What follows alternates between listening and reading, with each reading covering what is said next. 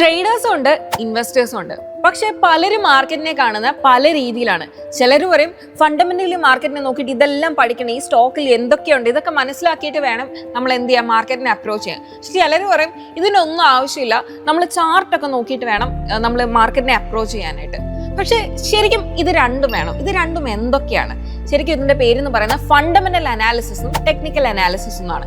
ഈ വീഡിയോയിലൂടെ നമുക്ക് വിശദമായിട്ട് എന്താണ് ഫണ്ടമെന്റൽ അനാലിസിസും എന്താണ് ടെക്നിക്കൽ അനാലിസിസും മനസ്സിലാക്കാം. Hello and welcome back to എൻഷിഫിൻ അക്കാഡമി. This is Elizabeth. ആദ്യം തന്നെ നമ്മളൊരു വീട് വാങ്ങുകയാണെന്ന് വിചാരിക്കാം. വീട് വാങ്ങാൻ നേരം നമ്മൾ ചിലപ്പോൾ എന്തൊക്കെ ശ്രദ്ധിക്കുന്നുണ്ടാകും? വീടിന്റെ സ്ട്രക്ചർ എങ്ങനെ ഉണ്ടായിരുന്നു, അതിന്റെ ലൊക്കേഷൻ എങ്ങനെയുണ്ട്, ബിൽഡർ റെപ്യൂട്ടഡ് ആളാണോ, ഇതിന് ഫ്യൂച്ചർ വാല്യൂ കിട്ടാൻ സാധ്യതയുണ്ടോ, ഇങ്ങനെയൊക്കെ നമ്മൾ നോക്കുന്നുണ്ടെങ്കിൽ ഇതിനെ നമുക്ക് എന്ത് പറയാം, ഫണ്ടമെന്റലി നമ്മൾ അതിനെ നോക്കിയിട്ട് ആ വീടിന്റെ മൊത്തത്തിലുള്ള ഒരു പ്രോപ്പർട്ടിയും കാര്യങ്ങളൊക്കെ നോക്കിയിട്ട് നമ്മൾ അതിനെ ഫണ്ടമെന്റലി ഒന്ന് നോക്കിയിട്ടാണ് നമ്മൾ എന്ത് ചെയ്യുന്നത്, വീട് വാങ്ങാൻ ഉദ്ദേശിക്കുന്നത്. ഇതിനെയാണ് നമ്മൾ ഫണ്ടമെന്റൽ അനാലിസിസ് അല്ലെങ്കിൽ ആ ഒരു രീതി നമ്മൾ കൺസിഡർ ചെയ്യുന്നത്. ടെക്നിക്കൽ എന്ന് പറയുമ്പോൾ നമ്മൾ റീസെന്റ് ആയിട്ടുള്ള ആ ഒരു ഏരിയയിൽ വിറ്റിട്ടുള്ള സെയിൽ പ്രൈസ് ഒക്കെ നമ്മൾ ശ്രദ്ധിക്കുക, എത്രത്തോളം ഡിമാൻഡ് അവിടെ വരുന്നുണ്ട്, എന്താണ് ഏത് സമയത്ത് ബെസ്റ്റ് ടൈം ടു ബൈ, ഇതൊക്കെ നമ്മൾ നോക്കുന്നതാണ് നമ്മൾ ടെക്നിക്കലി ആ ഒരു സ്ഥലത്തിനെ അല്ലെങ്കിൽ ആ ഒരു വീട് വാങ്ങാനൊക്കെ നമ്മൾ അപ്രോച്ച് ചെയ്യുക എന്ന് പറയുന്നത്. ശരിക്കും പറഞ്ഞാൽ സെയിം സംഭവത്തിൽ തന്നെ നമ്മൾ രണ്ട് ഡിഫറെന്റ് ആസ്പെക്റ്റിൽ നോക്കി കാണുന്നതിനാണ് നമ്മൾ ഈ ടെക്നിക്കലും ഫണ്ടമെന്റലും എന്ന് പറയുന്നത്.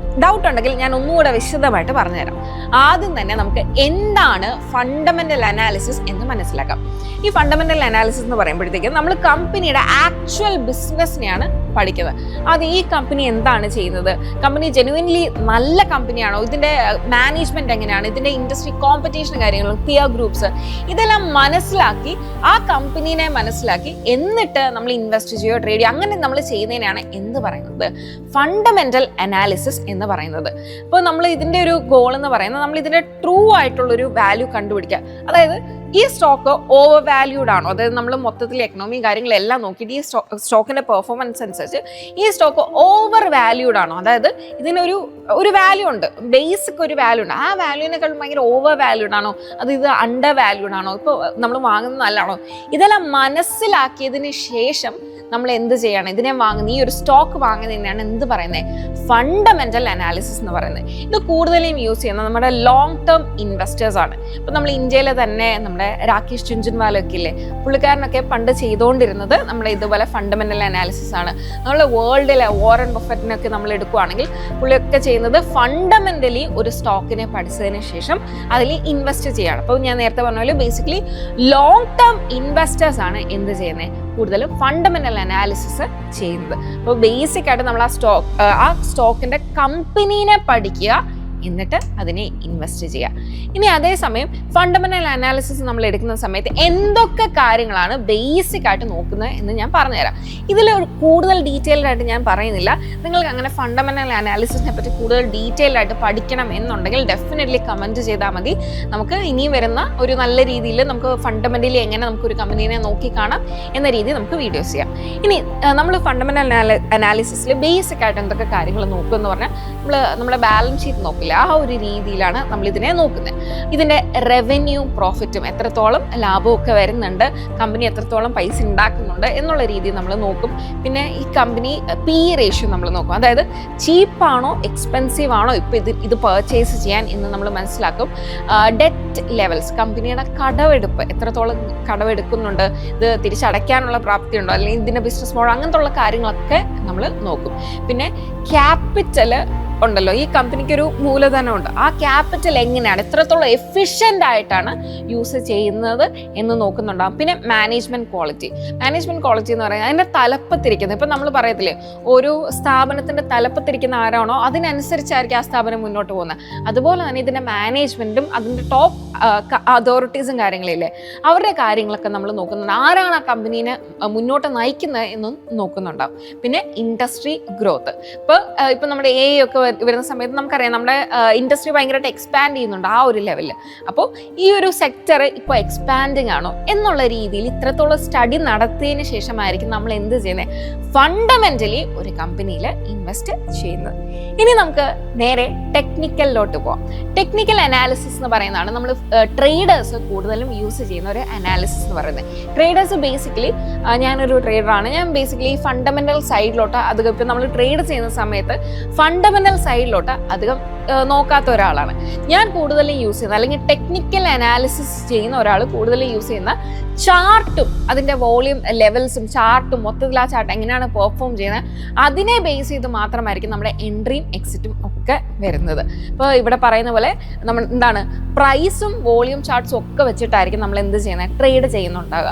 ഇനി ഇപ്പോൾ ഇതിൻ്റെ പ്രൈസ് എത്രയാണ്, ഈ സ്റ്റോക്കിൻ്റെ എവിടെയാണ് ഇപ്പോൾ നിൽക്കുന്നത്, ഏതെങ്കിലും പ്രോപ്പർ ലെവൽസിലാണോ നിൽക്കുന്നത്, നമ്മൾ ബേസിക്കലി ഡ്രോ ഓരോന്ന് വരച്ച് വൃത്തിയാക്കി നോക്കി അങ്ങനെയൊക്കെ മനസ്സിലാക്കുന്നുണ്ടാവും. അപ്പോൾ ഇപ്പോൾ ഏത് സ്ഥലത്താണ് നമ്മുടെ സ്റ്റോക്കിൻ്റെ പ്രൈസ് നിൽക്കുന്നത്, ഇനി നമ്മൾ അത് യൂസ് ചെയ്തിട്ട് ടെക്നിക്കലി അതിനെ അനലൈസ് ചെയ്ത് കഴിയുമ്പോൾ നമുക്ക് മനസ്സിലാവും ഇത് എന്താണ് മുകളിലോട്ട് പോകാനാണോ സാധ്യത അതോ താഴോട്ട് ഫോൾ ആകാനാണോ സാധ്യത എന്നൊരു ഐഡിയ നമുക്ക് കിട്ടുന്നുണ്ടാവും. ഇനി ഇതിൻ്റെ ഒരു ഗോള് എന്ന് ഞാൻ പറയുന്നത് എന്താണ്, ഞാൻ നേരത്തെ പറഞ്ഞ പോലെ തന്നെ നമുക്കൊരു ഐഡിയ കിട്ടും. മാർക്കറ്റ് മുകളിലോട്ട് പോകാനാണോ സാധ്യത അതോ താഴോട്ട് ഫോൾ ആകാനാണോ സാധ്യത എന്നൊരു ഐഡിയ കിട്ടും.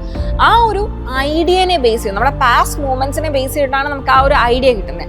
ആ ഒരു ഐഡിയനെ ബേസ് ചെയ്തിട്ട് നമുക്ക് നല്ല ട്രേഡുകൾ എടുക്കാൻ സാധിക്കും. അപ്പോൾ ഒരു ട്രേഡർ എപ്പോഴും നോക്കുന്നത് എന്തായിരിക്കും, ടെക്നിക്കൽ അനാലിസിസ് ആണ്. ഞാൻ നേരത്തെ പറഞ്ഞ പോലെ തന്നെ ഇത് യൂസ് ചെയ്യുന്നത് കൂടുതലും ട്രേഡേഴ്സും ഷോർട്ട് ടേം ആയിട്ടുള്ള ഇൻവെസ്റ്റ് ചെയ്യുന്ന അങ്ങനെയുള്ള ആളുകളിലും ആയിരിക്കും. അതായത് നമ്മുടെ സ്വിങ് പോലത്തുള്ള കാര്യങ്ങളൊക്കെ ട്രേഡ് ചെയ്യുന്നവരായിരിക്കും കൂടുതലും യൂസ് ചെയ്യുന്നത്. ഇനി നേരത്തെ പറഞ്ഞ പോലെ തന്നെ ഒരു ടെക്നിക്കൽ അനലിസ്റ്റ് എന്തൊക്കെ കാര്യങ്ങൾ നോക്കും എന്ന് നോക്കാം. ആദ്യം തന്നെ ക്യാൻഡിൽ സ്റ്റിക്സ് പാറ്റേൺ. അതായത് ഒരു ടെക്നിക്കൽ അനലിസ്റ്റ് നോക്കുന്നത് ഒരു ചാർട്ടായിരിക്കും. ആ ചാർട്ടിലുള്ളതാണ് ക്യാൻഡിൽസ് എന്ന് പറയുന്നത്. ഇപ്പോൾ നമുക്ക് പല ചാർട്ടുകളുണ്ട്, അതിൽ ഒരു പെക്യുലർ ചാർട്ടാണ് ക്യാൻഡിൽ സ്റ്റിക് പാറ്റേൺസ്. അപ്പോൾ അതിൽ നോക്കുന്ന സമയത്ത് നമുക്ക് വളരെ ഈസി ആയിട്ട് നമുക്ക് ആ സ്റ്റോക്കിൻ്റെ പ്രൈസും റേഞ്ചും അതേപോലെ പ്രീവിയസ് ഡേറ്റും ഒക്കെ പെട്ടെന്ന് തന്നെ മനസ്സിലാക്കാൻ പറ്റും. അപ്പോൾ കൂടുതലും എന്താണ് ക്യാൻഡിൽ സ്റ്റിക് പാറ്റേൺസ് യൂസ് ചെയ്യുന്നുണ്ടാവും. സപ്പോർട്ട് ആൻഡ് റെസിസ്റ്റൻസ് എന്ന് പറയുന്ന മെത്തേഡ് യൂസ് ചെയ്യുന്നുണ്ടാവും. അതേപോലെ തന്നെ മൂവിങ് ആവറേജസ് യൂസ് ചെയ്യുന്നുണ്ട്. ഇതൊക്കെ ടെക്നിക്കൽ അനാലിസിസിൽ വരുന്ന കുറച്ച് ബേസിക് ഇൻഡിക്കേറ്റേഴ്സും കാര്യങ്ങളുമാണ്. RSI എന്ന് പറയുന്ന ഒരു ഇൻഡിക്കേറ്ററാണ്, വോളിയം എന്ന് പറയുന്നത് ഒരു ഇൻഡിക്കേറ്ററാണ്. അതായത് നമ്മൾ ഒരു എൻട്രി എടുക്കാൻ നേരം ആ ഒരു പർട്ടിക്കുലർ ലെവലിൽ അത്യാവശ്യം ആൾക്കാർ ബൈ ചെയ്യുന്നുണ്ടോ സെല് ചെയ്യുന്നുണ്ടോ എന്നുള്ളതൊക്കെ നമുക്ക് മനസ്സിലാക്കാൻ പറ്റുന്നതാണ് ഈ വോളിയം എന്ന് പറയുന്നത്. പിന്നെ ചാർട്ട് പാറ്റേൺസ് നമ്മൾ കുറച്ചുകൂടെ പഠിക്കുന്ന സമയത്താണ് നമുക്ക് എന്താണ് ചാർട്ട് പാറ്റേൺസ് എന്താണ് ഇത് യൂഷ്വലി നമ്മുടെ മാർക്കറ്റിൽ ഫോം ചെയ്യുന്ന കുറേ പാറ്റേണുകളുണ്ട്. മാർക്കറ്റ് ഇങ്ങനെയാണ് മൂവ് ചെയ്യുന്നത് എന്ന് ഒരേ ഒരു പാറ്റേൺസിലായിരിക്കും മാർക്കറ്റ് ഫോം ചെയ്യുന്നത്. അപ്പോൾ നമുക്ക് ആ പാറ്റേൺസ് ഐഡൻറ്റിഫൈ ചെയ്യാൻ പറ്റും. അപ്പോൾ ചാർട്ട് പാറ്റേൺസുകൾ അപ്പോൾ അങ്ങനത്തുള്ള കാര്യങ്ങളൊക്കെ നോക്കിയിട്ടായിരിക്കും ഒരു ടെക്നിക്കൽ അനലിസ്റ്റ് ട്രേഡ് എടുക്കുന്നുണ്ട്. ബേസിക്കലി പറഞ്ഞാൽ ക്യാൻഡിൽസ്റ്റിക്, സപ്പോർട്ട്, റെസിസ്റ്റൻസ്, അതേപോലെ തന്നെ കുറേ ഇൻഡിക്കേറ്റേഴ്സും കാര്യങ്ങളൊക്കെ മനസ്സിലാക്കിയതിന് ശേഷമായിരിക്കും ഒരാൾ ട്രേഡ് എടുക്കുന്നുണ്ട്. ഇനി ഇതിൻ്റെ ഒരു ഡിഫറൻസ് എന്താണ് എന്ന് നമുക്ക് മനസ്സിലാക്കാം. ടൈം ഹൊറൈസൺ നമ്മൾ ഇത് നോക്കുകയാണെങ്കിൽ ഒരു ലോങ് പെർസ്പെക്റ്റീവിലായിരിക്കും ഇതിനെ കാണുന്നുണ്ട്. നമ്മുടെ ഫണ്ടമെന്റൽ അനലിസ്റ്റ് കാണുമായിരിക്കും. അതേപോലെ ടെക്നിക്കൽ അനലിസ്റ്റ് കാണുക ഷോർട്ട് ടേം എന്ന രീതിയിലായിരിക്കും. ഇനി നമ്മുടെ fundamental analyst what to buy, എന്താണ് ഏത് സ്റ്റോക്കിനെയാണ് ബൈ ചെയ്യേണ്ടത് എന്നൊക്കെ ആയിരിക്കും നോക്കുക. പക്ഷേ ടെക്നിക്കൽ അനലിസ്റ്റ് എവിടെ വെൻ ടു ബൈ, ഏത് പോയിന്റിലാണ്, എവിടെയാണ് when to buy when to sell എന്നുള്ള കാര്യമായിരിക്കും നോക്കുക. ഇവർ കൂടുതലും ഫണ്ടമെന്റൽ അനലിസ്റ്റ് ആണെങ്കിൽ ഞാൻ നേരത്തെ പറഞ്ഞ പോലെ ബാലൻസ് ഷീറ്റ്, അതേപോലെ തന്നെ നമ്മുടെ PE, അതേപോലെ ROE അങ്ങനത്തുള്ള കാര്യങ്ങളൊക്കെ ആയിരിക്കും യൂസ് ചെയ്യുക. ടെക്നിക്കൽ അനലിസ്റ്റ് ആണെങ്കിൽ ചാർട്ടും ഇൻഡിക്കേറ്റേഴ്സും ഒക്കെ ആയിരിക്കും യൂസ് ചെയ്യുക. നേരത്തെ പറഞ്ഞ പോലെ തന്നെ ഫണ്ടമെന്റൽ അനാലിസിസ് കൂടുതൽ യൂസ് ചെയ്യുന്ന ഇൻവെസ്റ്റേഴ്സും ടെക്നിക്കൽ അനാലിസിസ് കൂടുതൽ യൂസ് ചെയ്യുന്നത് ട്രേഡേഴ്സുമായിരിക്കും. ഇനി നമുക്ക് അടുത്ത കാര്യം നോക്കാം. എന്താണ് ഫണ്ടമെന്റൽ അനാലിസിസ് ആണോ ടെക്നിക്കൽ അനാലിസിസ് ആണോ ബെറ്റർ? ശരിക്കും ഇതിനൊരു ഉത്തരം പറയാനില്ല. രണ്ടും രണ്ട് രീതിയിലുള്ള കാര്യങ്ങളാണ്, രണ്ടും ആവശ്യകരമായിട്ടുള്ള കാര്യങ്ങളാണ്. ഇപ്പോൾ ഒരു ട്രേഡറിനോട് വന്നിട്ട് ഫണ്ടമെന്റലി അനലൈസ് ചെയ്ത് ട്രേഡ് ചെയ്യാൻ പറഞ്ഞാൽ അത് നടക്കുന്ന കാര്യമല്ല. അപ്പോൾ ഇത് രണ്ടും ഡിഫറെൻ്റ് ആയിട്ടുള്ള ഒരു കാര്യങ്ങളായതുകൊണ്ട് തന്നെ നമ്മൾ ആ രീതിയിലാണ് ഇതിനെ നോക്കി കാണുന്നത്. നമുക്കൊരു ഇൻവെസ്റ്റർ മൈൻഡ് സെറ്റ് ആണെങ്കിൽ ഡെഫിനറ്റ്ലി നമ്മൾ ഫണ്ടമെന്റലി ഒരു സ്റ്റോക്ക് എങ്ങനെയാണ് എന്ന് മനസ്സിലാക്കാൻ പഠിക്കണം. അതേസമയം നമുക്കൊരു ട്രേഡർ മൈൻഡ് സെറ്റ് ആണ്, അങ്ങനെ ഉണ്ടെങ്കിൽ നമ്മൾ ടെക്നിക്കൽ അനാലിസിസിലൂടെ മാർക്കറ്റിനെ മനസ്സിലാക്കാനാണ് ശ്രമിക്കേണ്ടത്. അപ്പോൾ കുറേ പ്രൊഫഷണൽസ് ഉണ്ടെങ്കിൽ ഇത് രണ്ടും മിക്സ് ചെയ്ത് യൂസ് ചെയ്യാറുണ്ട്. ഫോർ എക്സാമ്പിൾ നമ്മൾ നോക്കുകയാണെങ്കിൽ ലോങ് ടേം ബയ്യേഴ്സ് ആണ് എന്ന് തന്നെ വിചാരിക്കാം. അവർ ഈ ഫണ്ടമെന്റലി ഇന്ന് അനലൈസ് ചെയ്തതിന് ശേഷം തന്നെ എന്ത് ചെയ്യും, മാർക്കറ്റിൻ്റെ ചാർട്ടൊക്കെ നോക്കിയിട്ട് നമ്മൾ നോക്കുന്നുണ്ടാവും. ഓക്കെ, ഏത് ലെവലിലാണ് ഇപ്പോൾ മാർക്കറ്റ് നിൽക്കുന്നത്, ആ ലെവലിൽ ഇപ്പോൾ വാങ്ങുന്നത് നല്ലതാണോ, ഇനി ഫോൾ ആവാൻ ചാൻസ് ഉണ്ടോ എന്നൊക്കെ ടെക്നിക്കലിയും കൂടെ നോക്കിയിട്ടായിരിക്കും ഇൻവെസ്റ്റ് ചെയ്യുന്നുണ്ടാകുക. ഫണ്ടമെന്റൽ അനാലിസിസ് ആണെങ്കിൽ നമുക്ക് റൈറ്റ് സ്റ്റോക്ക് ചൂസ് ചെയ്യാൻ നമ്മളെ സഹായിക്കും. ടെക്നിക്കൽ അനാലിസിസ് ആണെങ്കിൽ നമുക്ക് കറക്റ്റ് കറക്റ്റ് എൻട്രിയും എക്സിറ്റും എവിടെയാണ് പ്രോപ്പറായിട്ട് എനിക്ക് എൻട്രി ലെവലുള്ള, എവിടെയാണ് എനിക്ക് എക്സിറ്റ് ലെവലുള്ള എന്ന് എനിക്ക് കൃത്യമായിട്ട് പറഞ്ഞു തരുന്ന കാര്യമാണ് എൻ്റെ ടെക്നിക്കൽ അനാലിസിസ് എന്ന് പറയുന്നത്.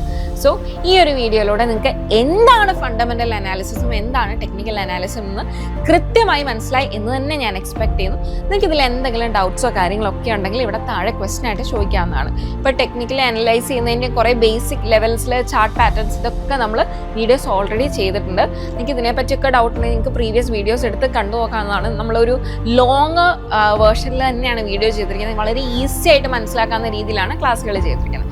ഇനി നിങ്ങൾക്ക് ഫണ്ടമെന്റൽ അനാലിസിസിനെ പറ്റി കൂടുതൽ അറിയണമെന്നുണ്ടെങ്കിൽ ഡെഫിനറ്റ്ലി ഒരു മടിയും വേണ്ട, നിങ്ങൾ കമൻറ്റ് ചെയ്താൽ മതി. നമുക്ക് അടുത്ത വീഡിയോ ആയിട്ടൊക്കെ അത് ചെയ്യാവുന്നതാണ്. സോ ഇത്രയേ ഉള്ളൂ. This is me Elizabeth signing off. By.